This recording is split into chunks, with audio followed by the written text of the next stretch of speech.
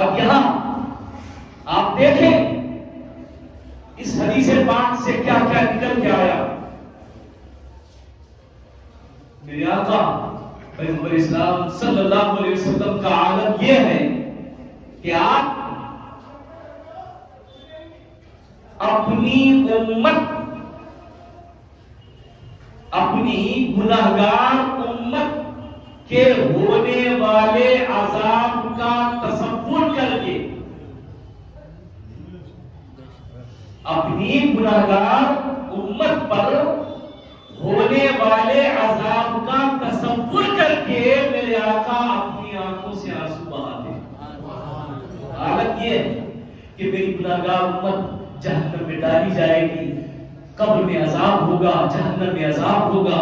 اپنی امت کے عذاب اور تکالیف کو دیکھ کر میرے آقا امت کے غم میں روتے ہیں، آنسو بہاتے ہیں. معاملہ یہ ہے، یہاں پہ اپنے دل پہ ہاتھ رکھ کے سوچئے گا، اے پیغمبر اسلام صلی اللہ علیہ وسلم سے محبت کرنے والوں، ان سے عشق کرنے والوں، ان کی محبت تم سے اس قدر ہے کہ وہ ہمارے تمہارے عذاب کا تصور کر کے بھی آنسو بہائے، اور صرف آنسو ہی نہ بہائے بلکہ اللہ کی بارگاہ میں فریاد بھی کرے کہ اللہ میری گناہگار امت کو تو بخش دے. کس قدر محبت کر رہے ہیں اپنی امت سے. مگر پلٹ کے ذرا امت کا بھی حال دیکھ لو. ارے جو نبی اپنی امت سے اس قدر پیار کرتا ہو، اس قدر محبت کرتا ہو، پھر یہی نہیں پیغمبر اسلام صلی اللہ علیہ وسلم کی امت کی زندگی پڑھ لو، چاہے مدنی زندگی پڑھ لو، چاہے خلوت عام کی پڑھ لو، چاہے جلوت عام کی پڑھ لو، بے شمار ایسے موقع مکی زندگی اور مدنی زندگی میں آئے ہیں کہ جن موقعوں پر رب العالمین کے محبوب رحمت للعالمین نے اپنی امت کو یاد فرمایا.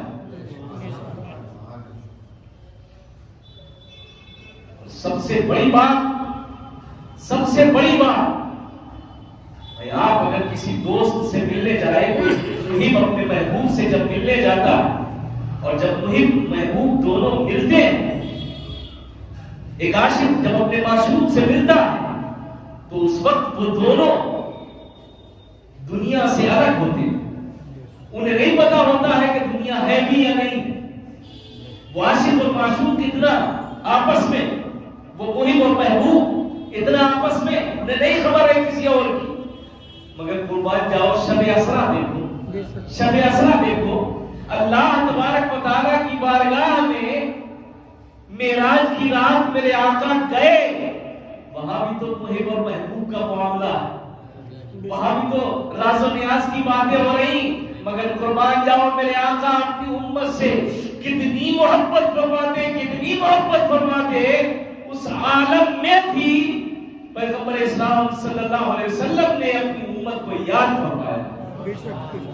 معراج کی رات میں بھی جہاں پہ کوئی اور نہیں بلکہ اللہ رب العزت کی ذات تھی اور اس کے محبوب، وہاں پہ بھی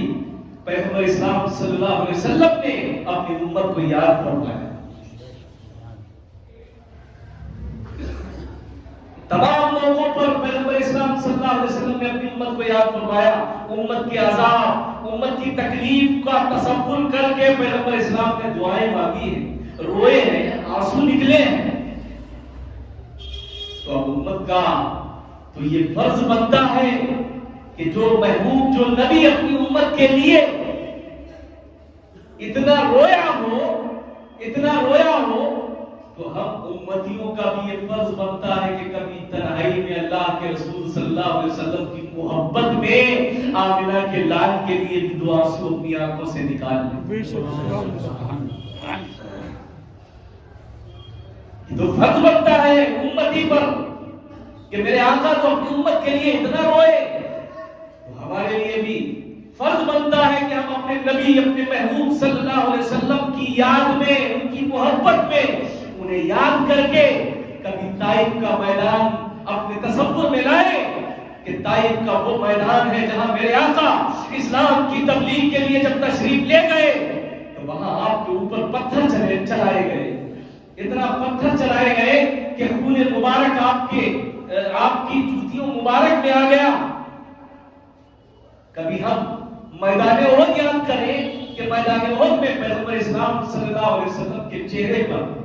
دشمنوں نے، ظالموں نے تکلیف پہنچائی، دانت مبارک شہید کیا۔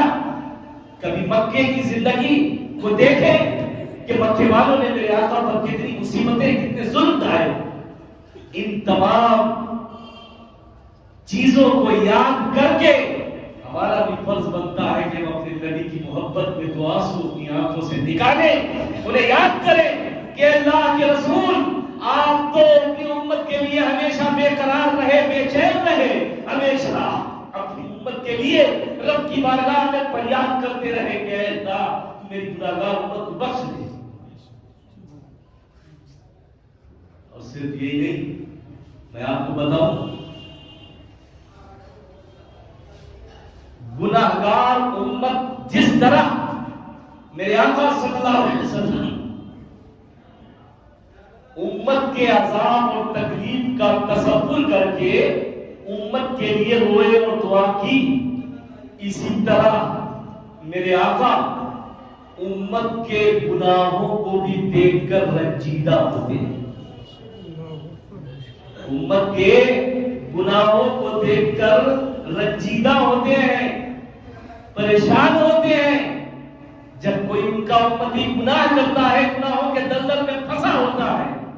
تب بھی اللہ کے رسول صلی اللہ علیہ وسلم مغموم ہوتے ہیں، پریشان ہوتے ہیں۔ اس لیے میں اپنی بات یہیں پر ختم کرتا ہوا اور آخری بات اور آخری پیغام جناب سید طارق صاحب قبلہ، ماسٹر ظہیر الدین، یہ محمد علی بھائی اور یہ ہمارے صدر صاحب حاجی مختوم صاحب،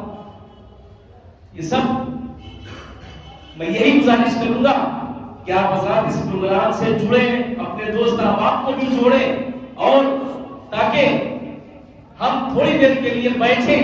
تو تھوڑی دیر جو بیٹھیں،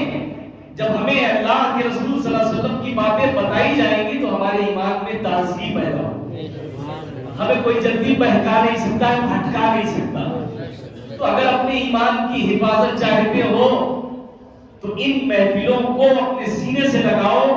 زبردستی لاؤ اپنے دوست احباب کو، انہیں لاؤ کہ آؤ چلو پیغمبر اسلام صلی اللہ علیہ وسلم کی باتیں سن چلو، ایمان بھی سلامت رہے گا اور